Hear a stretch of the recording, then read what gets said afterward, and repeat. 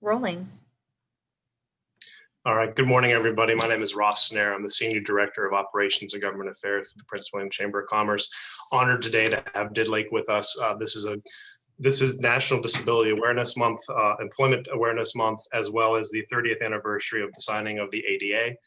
It's our honor to host this. Of course, we love Didlake and everything they do. So just really quick, I want to introduce our speaker for today, Rachel Payne. She's the Vice President of Advocacy and Public Policy at Didlake, a nonprofit organization creating opportunities that enrich the lives of the people with disabilities. To support Didlake's mission, Rachel is responsible for the oversight, vision, management, and direction of essential public policy and advocacy functions. Additionally, she leads training and development in the Didlake Autism Center of Excellence. During her time at Didlake and before, Rachel has actively worked to support individuals in the workplace and rehabilitation services. She believes in community, partnership, knowledge sharing, and education to provide the best services possible for those in need. Rachel holds a master's degree in human services counseling and a PhD in industrial and organizational psychology from Cabell University.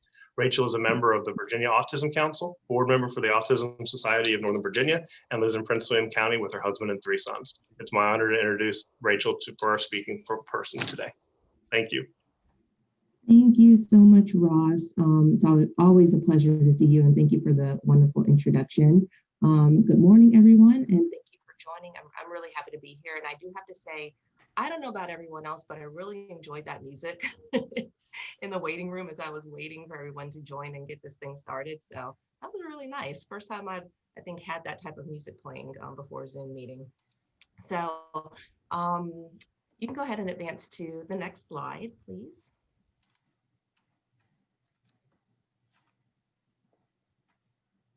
So as Ross said, October is National Disability Employment Awareness Month, which is a mouthful. So for short, we say NDEAM. So I thought I would take my time with you today to jump off of this year's theme, which is increasing access and opportunity, and talk about what that means and how we can work towards building an inclusive workforce. And so to start, I'll talk a little bit about disability. Next slide, please. So, I'm not sure how much everyone, really understands or knows about disability. So I'll just kind of give a brief overview, but just, one of the important things to understand is that disability really does impact all of us. 1 in 4 adults in the United States is living with a disability. And in a general sense, disability is defined as a physical or a mental condition that substantially limits one or major life activities or functional areas of a person's life. And that could be seeing, walking, hearing, working, or the ability to care for oneself, for example. And it's really important to understand that not all disabilities are visible. You may or may not have heard of the term hidden disabilities. The Disabilities Association defines an invisible disability as a physical, mental, or a neurological condition that is not visible from the outside. However, it can still limit a person's movements, senses, or their activities. And unfortunately, the fact that these characteristics or these symptoms are invisible can really lead to misunderstandings, false perceptions, and judgments. And the word disability does mean different things to different people, and kind of out there for different reasons. Medical, within the medical world, there's different definitions for different social programs or assistance. There are different definitions, but at Didlike, we really encourage thinking about disability in a much broader sense. And I'll get into that in a second. Next slide, please. So one of the things that we say a lot here at Didlike is that disability really is a natural part of the human condition. Our culture has a blind spot towards people with disabilities because they understand and interact with the world differently.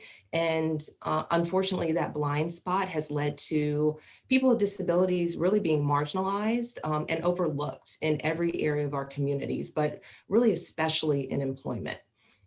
Having a disability does not mean that something's wrong with someone. It means that a person may have an area of their life that requires supports and accommodations. Again, it's part of the human experience, and it's one that exists in our workforce already. Oftentimes, it's undisclosed, and people don't always feel comfortable disclosing their disability because they fear the stigma attached to it. There are people with disabilities applying for jobs within your companies and your organizations every day, and you just might not know it. Unfortunately, the number of people living with disabilities employed in the US is significantly lower than people without disabilities. And according to the United States Bureau of Labor Statistics in 2019, only 19.3% of individuals living with a disability were employed. And that's compared to 66.3% of people without disabilities. So let that sink in. The labor force participation rate is significantly lower. Oftentimes we focus on the unemployment rate, but when we talk about employment for people with disabilities, we typically focus on that labor force participation rate and try and figure out ways that we can help people with disabilities become attached to a labor force and increase their opportunities. Next slide, please. So when I said a minute ago, that it did, like, we like to think about disability in a much broader sense. And that broader sense is really looking at the impact of disability. So I always say, don't focus on the label or what you see, focus on the person and their strengths. There are times when a person's disability does impact their work, and then we do need to look at that and address that. And here are some ways that disability can show up in the workplace, or the impact of their disability. The ability to remain focused on tasks, time management, access to workstations, meeting rooms, equipment, restrooms, fatigue. That's also something that can be seen in the workplace. And then also people who are on medication for any condition that's their disability, or really, anyone taking medication, we can see side effects that can impact our work. And one thing to consider in the workplace is that if you see a performance issue, ask yourself, are you considering the reasons behind the performance issues? For someone with a disclosed or an undisclosed disability, it's possible that it could be disability related. Sometimes what you see might be a performance issue that impacts productivity for the business is an impact of a person's disability. And this can be true for visible or hidden disabilities. So for example, a worker that has multiple sclerosis, they can fall behind on work, they could be distracted or miss work because of their condition. And all of these things could result in that person being fired, or even just losing respect from their coworkers in the workplace if people don't know. So, when it comes to disclosure, that is a personal decision. And I'll get into that a little bit more in a second about kind of disclosure and whether or not people in the workplace would know that someone has a disability or not. Next slide, please. So with that, I wanted to take a quick moment to talk a little bit about disability in the law. So Section 504 is a federal law that protects qualified individuals from discrimination based on their disability. The non-discrimination requirements of that law to employers and organizations, the non-discrimination requirements of the law apply to employers and organizations that receive financial assistance from any federal department or agency. And you may not be as familiar with that.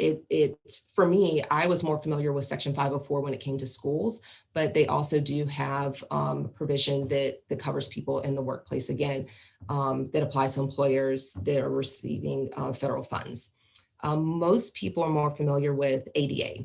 So the Americans with Disabilities Act, that's a mouthful too. ADA is a civil rights law that prohibits discrimination against individuals with disabilities in all areas of public life, including jobs, schools, transportation, and public and private places that are open to the general public. Again, Section 504 only applies to federally funded agencies and programs. However, ADA, which came years later, is a catch-all law that relates to other public and private sectors. But really, any way that you look at it, one law or the other covers accessibility and equality. So the employment provisions of ADA, such as providing reasonable accommodations, which in the workplace, that's what most people think about when it comes to ADA. That only applies to employers with 15 or more employees. So while Small businesses with less than 15 employees are not required to provide reasonable accommodations. One might argue that it's good business to ensure that employees have accommodations in place at work so that they can work at their optimal level. An employer cannot ask a person applying for a job if they have a disability or ask about the nature or the severity of their disability. An employer can ask if they can perform the duties of the job with or without reasonable accommodation. So again, I touched on, it being a personal decision whether or not someone discloses that they have a disability. But again, no one is required to disclose their disability unless they need to request reasonable accommodations. So if someone at work requires reasonable accommodations to apply or interview for a job or to be able to perform essential job functions, then they do have to disclose and request the accommodations. That's done through human resources, and every organization should have a process for doing that, as well as communicating to their employees how they go about requesting reasonable accommodations. So again, it's up to the employee to make that request. It's up to the employer to determine whether or not the accommodations are reasonable or will cause undue hardship. That's why it does not apply to businesses with less than 15 employees, because the federal government does not want there to be undue hardship on small businesses. But according to the Job Accommodation Network, the majority of accommodations are free, and the remaining are typically less than $500. When I was working in the field supporting individuals with disabilities in the workplace, we put accommodations in place all the time, and typically they were free or a couple of dollars. And so some examples of reasonable accommodations are job restructuring, like switching up when or how an essential function of a job is performed. So for example, if someone has, 10 different tasks or duties they have to do, does it really matter when they do them? Some things it may matter. Things may need to happen in a certain order or a certain time of day. But if there are certain tasks or duties that can be done different times of different times of the day, or even different days of the week, that would allow that individual to be more productive, then let's look at that. And that's definitely something that could be considered a reasonable accommodation. Also, modifying work schedules to allow an employee with a disability to attend medical or other treatment appointments, providing assistive technology or devices, and also color coding, labeling. One of my favorite things, labeling. So I'll just give you a quick story. I like telling stories to make all this come together and make sense and to visualize. So early on when I came into Didlake, I worked a job training program for high school students with autism. And we worked at a hospital. And the interns, as we called them, they did different internships, rotations around the hospital. And so one year we had someone who was working in the emergency department, and we had all the supplies to stock the cabinets in all the rooms. And we said, okay, stock the cabinets. And that's kind of subjective, just put everything in there, and it was a hot mess. So we said, okay, how do we fix this? Let's use painter's tape. Painter's tape was our best friend. So we just took some painter's tape, a Sharpie, and wrote, towels, blankets, and every other item that was in the cabinet. And then we put the pieces of tape at the location.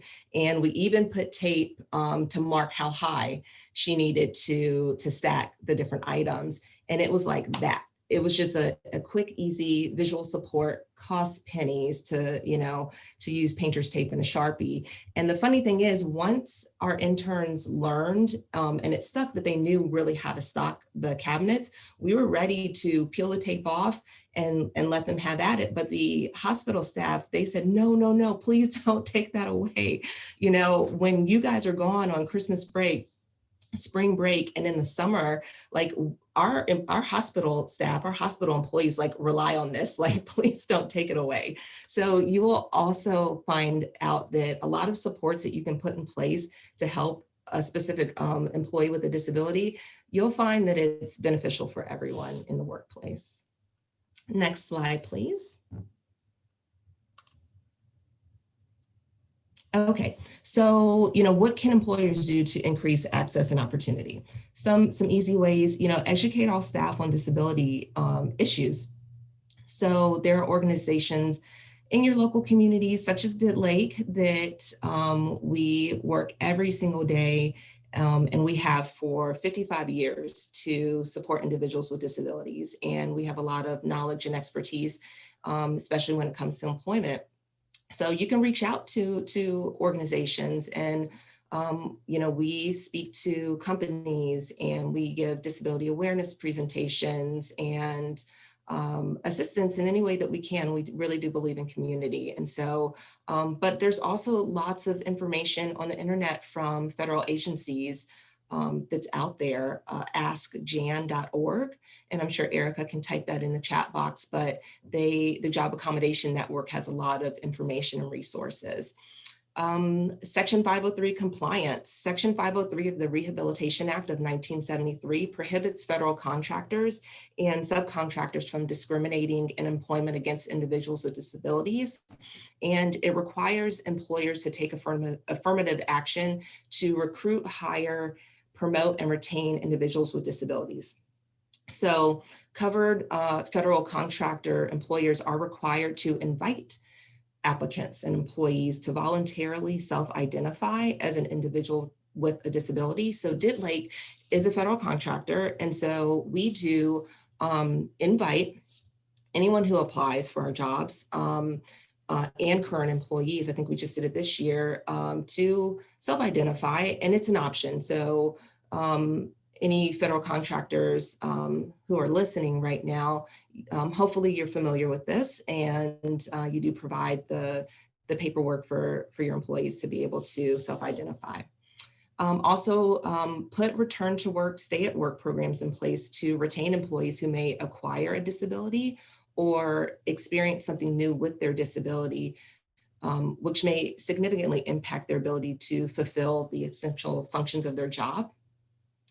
And again, there's lots of resources out there on return to work, stay at work programs and how to put those in place in your business.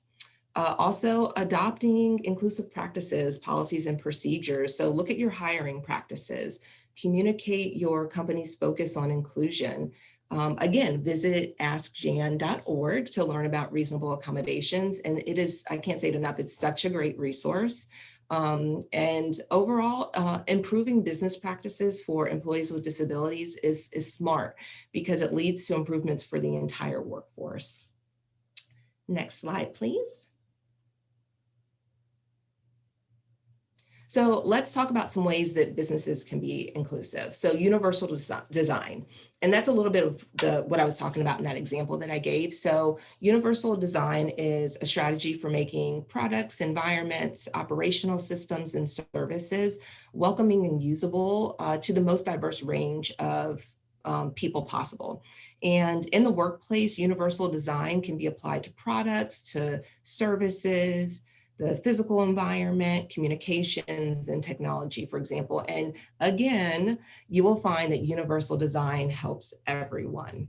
And so some more examples, using fonts that are easier for people with dyslexia to read. So Arial font may not be the prettiest, but it is just, it's plain and it's easy, and it makes reading text more accessible for an individual with dyslexia, for example. Software that reads text to you, voice recognition apps or software. And again, another one of my favorites, labeling cabinets and drawers and other areas, items. One of my favorites. I mean, my kids, they think I'm crazy, but I label like everything, and I get really upset when I go to Costco or to BJ's and I buy all the snacks and everything they like, and then they mix things. I think they do it on purpose. I think they mix things up just to drive me a little nuts sometimes. But labeling things so that people put things where they belong and know where to find them when they need them. Promoting access to reasonable accommodations. Do you have a process? And if you don't, put one in place and know what your responsibility as an employer is and what the requirements are. And I touched on that a little bit, but again, there's lots of resources out there. And with the right support, an employee with disabilities, they can perform their job at an optimal level. Also consider your customers. I have a picture here of adaptive Halloween costumes, and that's a great example of inclusion. So you have retailers out there, and I think Target led the way with making adaptive Halloween costumes, and other retailers have since followed suit, but that's just a great example. And so when we say inclusion, it's not enough to just hire people with disabilities. And I always say, are they fully included? Are they part of decision making, strategic planning? Do they feel like valued team members? And are they attending company events? For nonprofits, are people with disabilities represented on your board? And whether you live with a disability or not, most people require accommodations and to be able to shape their personal workspace to their needs. So think about how can businesses ensure they are creating an inclusive workplace, from the design of your buildings to the environment of the space. Actively making an inclusive workplace should be a priority for organizations. And again, it doesn't always have to cost a lot.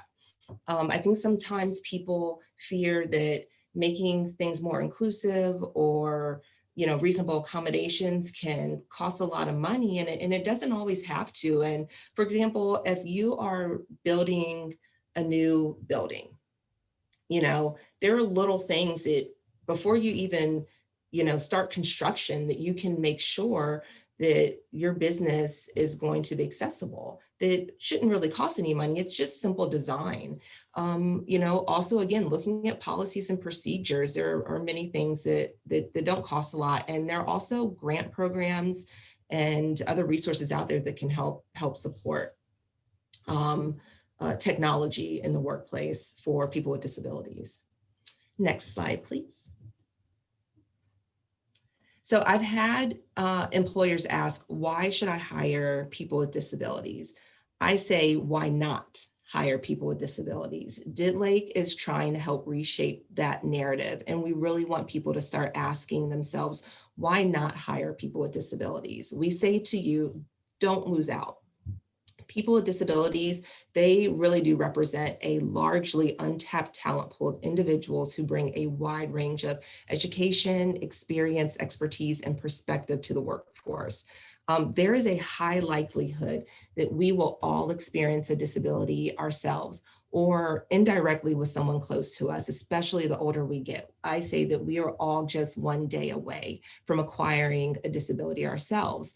And I don't always want to have that paradigm shift to finally kind of understand maybe what someone else is going through or what I can do in the workplace to help make it more inclusive. So just kind of, wrapping your mind around that and understanding that it really does impact all of us, and to be inclusive is part of our humanity. It's part of, where we want to move towards. So don't turn away from it. Embrace people with disabilities as a resource in the workforce.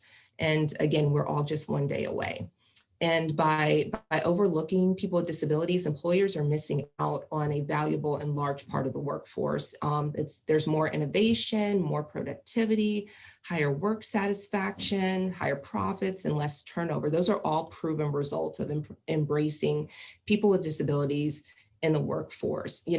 I was talking to a colleague the other day in preparation for this, and I said, would we ever just exclude, any portion of our workforce? Will we ever just, I know at a time that happened, but will we ever just say, okay, I'm going to exclude all men, or I'm going to exclude all women, or I'm going to exclude all people from Western Prince William County or whatnot. We wouldn't do that. So, just thinking through the fact that the more diverse our workforce is, the better it's going to be.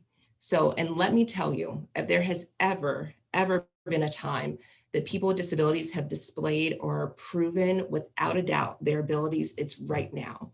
I was on a call with a congressman staffer last week to talk about the Ability One program. And I said that to him. I said, you know, during this pandemic, and before this pandemic, but especially during this pandemic and long after this pandemic is over, individuals with disabilities make up a critical part of the workforce. And the employees that Didlake employs with significant disabilities, they have shown up, they have gone to work, as well as other organizations like ours, other nonprofits that provide employment opportunities for individuals with significant disabilities. Our employees have shown up. They're coming to work. They are continuing to provide essential functions to federal agencies in the form of janitorial and custodial services, grounds maintenance, total facilities management, and IT, call centers, lots of different roles and responsibilities. And we continue, people with disabilities continue to keep this country going during this pandemic. So again, if there's ever been a time that people with disabilities have shown and proven that they can do great work, it's now. Next slide, please. And as I wrap this up, I do want to mention that Didlake partners with companies like yours. I'm assuming a lot of people who are watching are businesses. And so we do partner with companies like yours to improve employment outcomes for people with disabilities. We've helped thousands of people with disabilities and hundreds of businesses to find success. And we have a wealth of knowledge and expertise supporting and employing individuals with disabilities. We've supported over 4,000 people through employment services over the last 10 years, and we've worked with over 300 businesses in fiscal year 19 alone.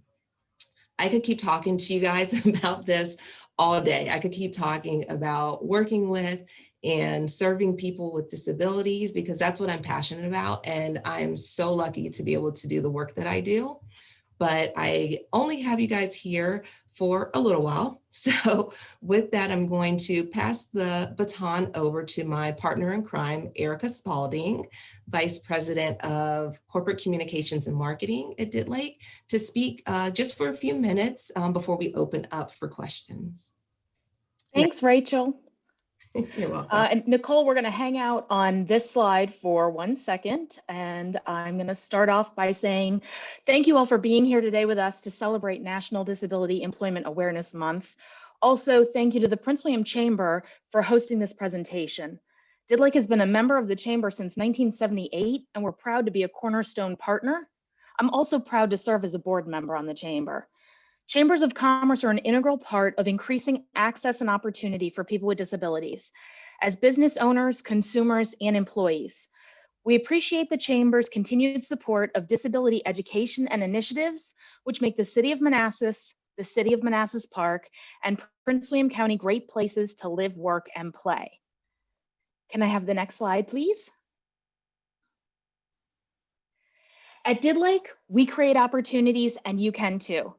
Over the past 10 years, as Rachel mentioned, we've helped over 4,000 Virginians with disabilities work at businesses just like yours. The first step in finding the right job is career exploration, including informational interviews and situational assessments. An informational interview is a meeting to learn about real-life work experience at working on the job. Situational assessment gives an individual the opportunity to actually try the job hands-on to see if it's a good fit for them. We're always looking for businesses that are interested in providing these opportunities. If you'd be interested in providing an informational interview or situational assessment, let me know, let Rachel know. We are happy to help you with that opportunity.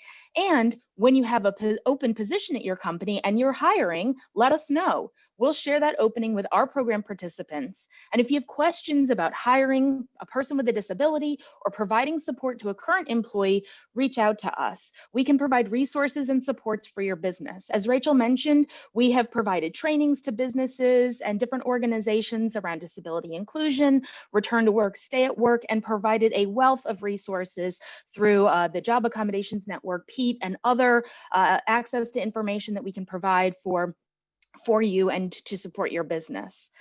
All right. And then finally, it's important for this slide, it's important to know that Didlike is a nonprofit, and like other 501c3s, you can donate to support our mission. However, when you utilize our business services, which I'm going to talk about next, you triple the impact your donation would have made. So if I can have the next slide. So here's how you can triple your impact when you are partnering with Didlike and utilizing our business services. First, you're creating a job for a person with a disability in our community. Didlike employs over 1,600 people, and 80% of our employees are people with disabilities. When you place a print order at the UPS store that we own and operate, or you ship your package, you're creating a job for a person with a disability. Second, our employees are taxpayers. They use their income to pay for services at businesses just like yours. Third, 100% of profits from Didlike's business services support initiatives that create more opportunities for people with disabilities. So here are 4 ways that you can help create these opportunities. Number 1, become a customer at one of the UPS stores owned and operated by Didlike. Our stores are located at Stonebridge at Potomac Town Center and Center at Innovation, 1 mile from the chamber headquarters. We provide print services to create banners, brochures, business cards, and more to support your business, and of course, shipping. And we also want you to know that chamber members receive a 20% off discount on products and services. Second, let Didlike Document Imaging support your business record retention requirements. Whether you need day forward, historical scanning, or both, we provide a simple, secure, cost-effective solution to your document imaging needs. Next, we also can turn your photos into digitized memories that are preserved for generations to come through Didlike Photo Imaging, our newest business line. And finally, Didlike has over 30 years of experience in government contracting. And if you're interested in partnering with a leading government contractor, contact us to talk more about those opportunities to partner. Thank you again for attending today's presentation. Now I'll turn it back over to Rachel, and I will do the best job I can at moderating questions. Thank you, Erica. Thank you. All right, so Rachel, I can see Henry Hernandez, who's a friend of ours from Melwood, is asking a bunch of questions, which is awesome. So very excited to see. He is asking how has COVID-19 affected accommodation requests? I don't believe, I'm not in HR, so I'm not sure if there have been any increase or decrease in accommodations requests, but I guess it would just all depend really on the individual. I don't think we've necessarily seen any increase in accommodation requests due to COVID-19. Mm-hmm. And then the next question is from Owen Henry. Did I say that right? Oh, excellent. How do you ask if a person has some disability that is not apparent, so an invisible disability? How do you ask them about that? So it would be more of a thing about kind of addressing and making sure in the workplace that people feel comfortable disclosing so that they can request accommodation. So again, as employers, we can't ask if anyone has a disability. We can ask, can they perform their essential functions of their job with or without reasonable accommodations? So that's kind of like the first step to maybe finding out if someone needs accommodations and has a disability. And even if someone has a visible disability, say they use a wheelchair for mobility, obviously it's visible to us, but we still can't ask. The question is, can you do your job with or without reasonable accommodations? So it's more about setting the stage. So again, you can ask that question, can you perform the essential functions of your job without reasonable accommodations? So that opens the door for them to say, I do need accommodations, I have a disability. You can also, again, communicate throughout your organization or your business. We want to ensure that everyone has, everything that they need to be as productive as possible and meet their optimal work performance of all of their essential functions. Therefore, we want to ensure if anyone has a request for a reasonable accommodation that they do so, but again, communicating what that process is through human resources. Mm-hmm. And I think just echoing on that, Rachel, that if you have a process, communicate that you have a process when you're bringing someone on board, so that they know there is a process to follow, and then can communicate whatever they need to you. Molly Grove, hey Molly, says, relating to pay scale, do you find that folks who identify themselves with a disability are paid the same as any candidate up for that job? And I feel like I could jump on that real quick. Yeah, you go ahead and jump on that, Erica. I was going to say at Didlike, absolutely. Yes, everybody is paid the same. Yes. So Rachel, do you have anything? I'm sorry, I got excited. No, and thanks, Molly. Yes, and I let Erica take that. Yeah, we absolutely do. Everyone gets paid the same, with or without disability, and that is what we promote to employers, and that is what's the law. People with disabilities, unless, and that's a whole nother conversation with sub-minimum wages, and that's a different process, and people have to apply for that to be able to pay someone based on productivity. But in general, people who identify themselves as a person with a disability do get paid. I know when I was working in employment services, all the clients that I worked with, they were hired and making the same that other individuals doing the same work without disabilities were earning. Mm-hmm. The next question is from Heather Steitzel, and she was saying, I was watching a show called The Employables, which is on A&E, and I highly recommend you watch it, and came to understand there are careers like IT testing and graphic arts, for example, where someone with autism and a different eye can actually do the job better. Have you seen this in your work? Yeah, in my experience, and because I shared that I've done a lot of work in the field of autism, and yes, I mean, and everybody's different, and so autism is a spectrum, really, and so you have individuals that have an impeccable visual eye for things, and also, you know, being neurodiverse, they have different ways of looking at information, and we find that there are a lot of strengths that that we can really hone in on when it comes to IT. And our friends over at Melwood, they have some great IT programs, and they're doing some awesome stuff. That's not a space that we're in right now, but I have seen that in my experience working directly with individuals on the spectrum. Also knowing that there are some great programs out there for individuals on the spectrum who have that skill set and ability to really focus on IT and utilize their strengths to get that work done. Mm-hmm. So the next question is from Henry. How do potential changes in Ability One program affect how NPAs employ people with differing abilities and incentive to work with the larger federal contractors? That is a complicated question, Henry. And we could do, I think we could do a whole other program. I know Melwood right now is doing, is it, I'm looking at Henry to have him shake his head, that I think it's 8 weeks straight talking about the multiple issues they have. On Tuesdays, they're talking about the Ability One program every day at 1, and then on Thursdays they're talking about neurodiversity Thursdays at 1. So definitely check that out. That's a great series. And obviously here we are trying to spread the word as much as possible, you know, about the abilities of people with disabilities, because there are a magnitude of ways in which people with disabilities can be employed. The Ability One program is one of them, and has been for the past 82 years. The other ways are through state programs like Maryland Works.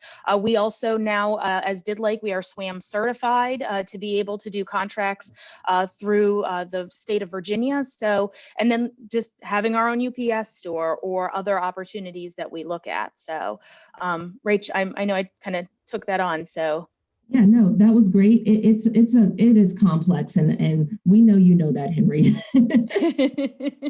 It is complex, but you know, there are so many potential changes to the Ability One program that we really don't know right now which direction it's going to go. I think that right now we know that we are focusing on what we can control right now, which is to continue to employ people with disabilities and differing abilities, as you guys say, and also, you know, expand and diversify what we're doing just all around, so that we can continue to fulfill our mission of enriching the lives of people with disabilities and providing employment opportunities for people who want to work and have a ton of abilities and strengths to share and give to this workforce. And I would say adversity creates innovation. We've been an incredibly innovative company, and we've had to be, because when you have hit some level of adversity in your life, which can be anything from getting out of bed to getting dressed to applying for a job, then you've got to come up with creative ways to solve those problems. So we will continue to innovate and really focus on the participation rate, as Rachel mentioned in the beginning of the presentation, and helping to create more opportunities so that participation rate is really going up, and helping to create good outcomes, of really positive outcomes for the community at large. There's one more question. What other business does Didlike own and operate which employs disabled employees? So we, Didlike, operate 2 UPS stores, one at Stonebridge at Potomac Town Center and one at Center at Innovation. We also own Didlike Document Imaging over in KO Circle. You can see Steve Furman is here today joining us, and also Didlike Photo Imaging, at which is the newest business line we have. And then also, so those are the companies. We have the brands, if you will, that we manage. So it's 5 brands total that fall under Didlike, and then the 4 other brands that fall under our umbrella.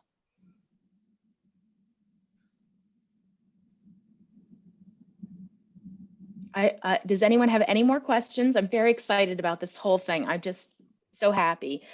Was there a time that people received tax breaks or incentives to hire a diverse populace of people? Is that still a thing? And Erica and I talked about this, and I did not squeeze that in because I felt like I had just such a short time, and I felt like I already gave you guys way more information that I expected you to retain. Thankfully, this is recorded. But yes, there are. There's the opportunity tax credit there, and that's federal. There are also different state level tax credits that employers can provide, and that's actually something that I am going to be working on, just gathering that information that that we can have available when employers ask, because I think sometimes employers are afraid to ask because they feel like that they just want to hire people with disabilities to get a tax credit. But that's really not the case. And when we've had employers ask about it, we say, you know what, this can actually help maybe even offset some of the costs associated with an accommodation that might need to be put in place that you weren't necessarily prepared for. It's not really just a thing to say, okay, I'm going to hire people with disabilities just so I can get this tax credit, because a lot goes into it. There's timing, there's a certain time period that you have to apply for it, and documentation and paperwork. So, but we do want to make sure that employers who are working with our employment services department, our employment specialists who are out there helping individuals get jobs and maintain their job, learn their jobs and maintain their employment. We want to work with them to get that information out to employers in case they want to be able to participate in using some of those tax credits. And especially, I think Erica already has like the words on the tip of her tongue to probably finish this out about maybe why now is a good time to really look into using those tax credits. Yeah, so we definitely have had businesses reach out to us because of COVID and the economic issues that businesses are facing. So certainly understanding that this is a great time to utilize those tax credits and be able to help strengthen your business, all while creating more opportunities, for your hiring of your talent, and also to help keep your business running strong. The next question is, what type of businesses are you looking for connection with to get more people with disabilities more jobs? All types of businesses. And I think one thing that's really important to understand is that when you have 26% of the population who have disabilities, there are 26% of the population who can do 100% of the work, all sorts of work. There's no limitation in people's abilities. The limitation comes in their interest, or or really their skills. And so we can help with skills and resources. I mean, not every job is right for everybody, but we have spent a lot of time at Didlake talking about what's a good job, a great job for a person with disability. And the one that is really a great job is the one they can get to and the one they have supports to do and are interested in. So Erica, can I add to that? yes. Because we do document imaging, we deal with a lot of software, a lot of equipment, and all our people, we're 100% have a disabled force, and they do a phenomenal job dealing with the customers, dealing with the software, dealing with equipment. So they can do anything. I have a top-notch team, and I'm so proud of them. So just want to share that. Thank you. Steve, great. And I'll just touch on that as well, that it's not necessarily a person's disability that impacts their ability to do a certain job. It's society. Obviously there are certain things that, certain people can't do. I couldn't be a fighter pilot because I don't have the best vision. So there's obviously, some limitations that we have, but generally, we are really trying to change also the narrative that there are only certain jobs that people with disabilities can do, because they're not. And so it's really important to think about what people can do as what people can do, not, okay, people can only do these certain type of jobs, or they're better at these types of jobs. Like Erica said, we've spent a couple of years digging deep into defining what's a good job for a person with disability. And it had very, very little, if anything, to do with the actual job or task, but more to do with are they going to be supported? Do they have access? Do they, do they like the job? Does it meet their, personal needs? So that's kind of my 2 cents on that. I didn't know you wanted to be a fighter pilot. I have learned something today. I wanted to be a fighter pilot, but I'm too short. I'm also incredibly claustrophobic. So if I had only been 3 inches taller, I could have been a fighter pilot and Miss America. It would have been amazing, and my grandmother would have been so proud. But that is for another lifetime, certainly. The next question is, as an employer, would I be able to refer to Didlake for support and services throughout the hiring process? Yes. Yes. So, I mean, there's lots of stuff that we do when it comes to knowledge sharing and information. We are definitely here for our community. And we want to, anything that we can do to share information so employers can really feel comfortable that they have everything they need to support a diverse workforce. We want to be a part of that. We've, come in and done an hour presentation, a couple hours to talk to organizations. And it means a lot to us to be able to do that, because it just brings us together. This sense of community, and our vision is, we always talk about our mission, but our vision is about moving towards a community where everyone is valued, everyone's respected. And so it's like we're running and running and running, trying to do everything we can do to hopefully in our lifetime see that vision come to fruition. And so that was a long way of saying yes. And it also depends on kind of maybe what some of those supports and services you need. So when it comes to maybe support on the individual level, those are resources that actually are funded through Virginia Department for Aging and Rehabilitation Services. So I've even had people in my personal life say, hey, I've got someone working for me that they have a disability, they told me, but I think I really want to keep them, but I really think they need some more significant support. And I appreciate that. And I say, okay, here's what you can do. Here's a website. You can talk to them and say, hey, there's some support out there if you're eligible for it, and give them the information. And maybe as an employer, you're not required to, but sometimes to retain good employees, we take an extra step. So it might be helping them get on the computer, or helping them make that phone call to call DARS and see if they to see about applying for services, and if they're eligible to be able to have supported employment services, to have a job coach work with them and really help come provide that one-on-one service to them in the workplace, and to assist the employer in knowing the best ways to support them. So we have one more question. Nicole said we can have one more question, and it's going to come from K.M. Coleman. And he says, I see so much enthusiasm and passion in both Dr. Rachel and Miss Erica. Please share with us 3 reasons each as to why you are so passionate about Didlake and what you do. Okay. So, Ross read my bio, but one of the things, I am a military spouse. My husband just retired less than a year ago, but I moved and moved and moved, and employment became everything to me, because it was a challenge for me moving every 2.5 years. So I got really, really interested in employment, and I worked with the general workforce before I came to Didlake, helping people get jobs through a federal program.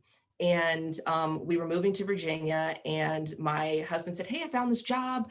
I think you might be good at it. And I looked and said, oh, no, I can't apply for that. It's working with people with disabilities. I don't have any experience doing that. And he said, be quiet and apply this job.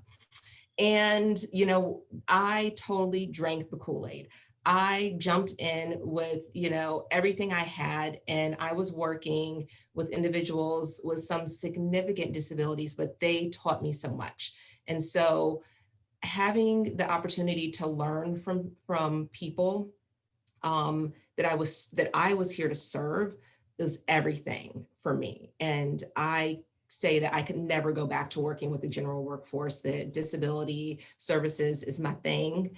And so that's one reason. The second reason is Didlake's been around for a very long time. Didlake is, we started out as a school to meet the needs of parents who had children that were not allowed to go to school. Public education was not mandated at that time. And so they started a school. Well, when the law changed and public education was available, and they didn't need the school anymore, they went to looking at work. And so we're an innovative organization. And third, I really love the people that I work with. I said I introduced Erica as my partner in crime, because she is, and we have our spiels winning, our wheels spinning all the time. See, like, that's it. We're always going when it comes to something. I can call my coworkers up, any coworkers, and I call everybody at Didlake my coworkers. And so when I go to any of our sites and I see people, I'm like, that's my coworker at Pentagon or whatnot. And I do believe like we're a family, and those are the reasons why I love what I do. So my 3 reasons, the first thing is I love being a part of creating jobs. I am all about workforce development since my early career, and we get to do a lot of that here, and really help people find their purpose, which is so important in an individual's life, to be able to contribute and be a part of something important to them. The second is I'm an optimist, and I really like to see what's possible. And I have seen some cool things at Didlake. I have seen and heard about people, like just as a quick example, we had one of our employees who had a brain injury, and his short-term memory was, he had a lot of issues with his short-term memory. Well, he still had to get to work. So one of our job coaches created this slide deck that he had that was a picture of the next block and the next block and the next block. So he could go to work and he'd flip through, I'm sure now it'd be on his phone, but at the time it was a bunch of cards that helped him get to work. And I thought that was amazing. It's such an innovative, cool way to solve a problem.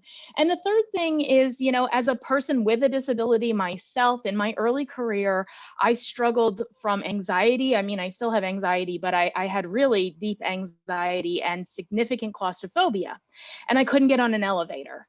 And I can't tell you how difficult it is to try to go get a job when you can't get on an elevator, especially in DC. And really, having worked for Didlike, I started out at Didlike because my girlfriend worked there and she said, good news.